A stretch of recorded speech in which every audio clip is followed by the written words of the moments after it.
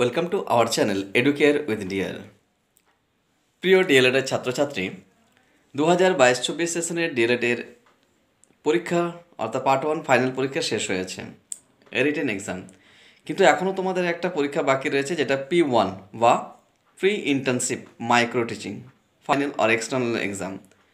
এই বিষয়টি অনেকের কাছেই কিন্তু অস্পষ্ট যে P1 বা প্রি ইন্টার্নশিপ এক্সামটা কী, কখন হবে, কিভাবে হবে, কেমনভাবে এই বিষয়টার উপর প্রস্তুতি নেব।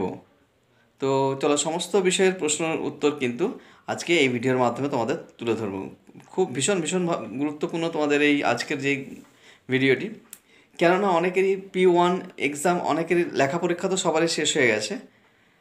ইতিমধ্যে লেখা পরীক্ষা শেষ হলো, কিন্তু প্রত্যেকের কাছেই মনে হবে যে হ্যাঁ, আমাদের পরীক্ষা তো শেষ হয়ে গেল, কিন্তু না, এখনও পর্যন্ত একটা গুরুত্বপূর্ণ পরীক্ষা বাকি আছে, যেটাকে আমরা final external exam, P1 pre internship micro teaching যেভাবে বলো না কেন, সেই এক্সটার্নাল এক্সাম কিন্তু এখনও বাকি রয়েছে। এবং এটার উপর অনেকটাই ডিপেন্ড করে তোমার মার্কস ক্যারি করা, যেটা এটার উপর অনেকটাই ডিপেন্ড করছে।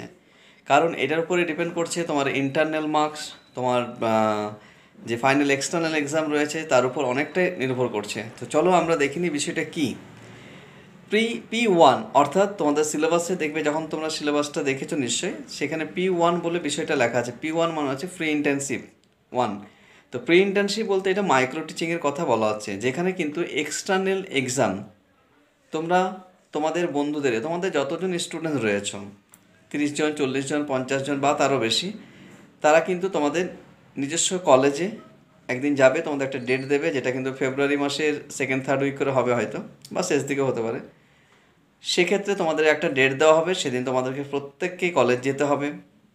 কলেজে গিয়ে শুধু গেলেই হবে না, কী নিয়ে যেতে হবে তোমাদের? সেখানে নিয়ে যেতে হবে কি, daily lesson plan, micro lesson প্ল্যানের খাতা, বাংলা, ইংলিশ, ম্যাথ, ইভিএসের মাইক্রো লেসন প্ল্যানের খাতা নিয়ে যেতে হচ্ছে।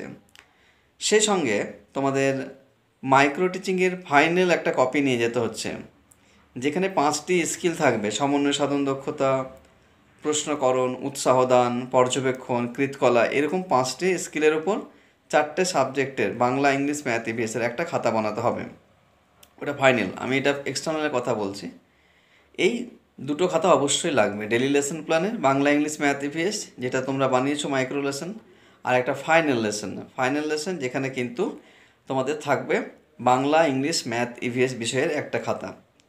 তোমাদের পড়াতে হবে একটা বাংলা, ইংলিশের মধ্যে একটা উনি পড়াতে বলবেন, যিনি এক্সটার্নাল আসবেন, বা তোমাদের পছন্দ মতোই বলবে বাংলা, ইংলিশের মধ্যে একটা পড়ো, আর ম্যাথ, ইভিএসের মধ্যে একটা পড়াতে হবে। তো বাংলা, ইংলিশের মধ্যে যেটা পড়াচ্ছ, সেখানে কিন্তু চার্ট মডেল কিছু ইউজ করতে হবে, অবশ্যই ইউজ করতে হবে চার্ট, কিছু একটা চার্ট মডেল। আর ম্যাথ, ইভিএসের মধ্যে যেটা পড়াচ্ছ, সেটারও কিন্তু চার্ট মডেল ইউজ করতে হবে। তার জন্য প্রিপারেশন নিতে হবে, বারবার এখন থেকে প্র্যাকটিস করো, পড়ানোর উপর বোর্ডের সামনে বা আয়নার সামনে দাঁড়িয়ে পড়াও বিষয়টাকে, বারবার ভিডিওগুলো দেখো যে মাইক্রো টিচিংয়ের কীভাবে পড়াচ্ছে ছেলেমেয়েরা বা মাস্টারমশাইরা, সেই সব বিষয়গুলোকে দেখো।